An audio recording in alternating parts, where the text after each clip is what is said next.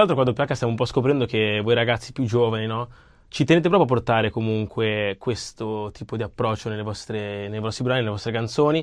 Avete comunque un pubblico giovane che vi segue, Sì. inevitabile. E com'è il tuo rapporto con il tuo pubblico, con i tuoi fan? Molto molto bello, nel senso anche con la mia fanbase, tipo quando vedo robe che mettono tipo fanpage, eccetera, gli rispondo, no? Cerco sempre di stare vicino, far capire che oltre la musica ci sono anche io a livello come persona sempre.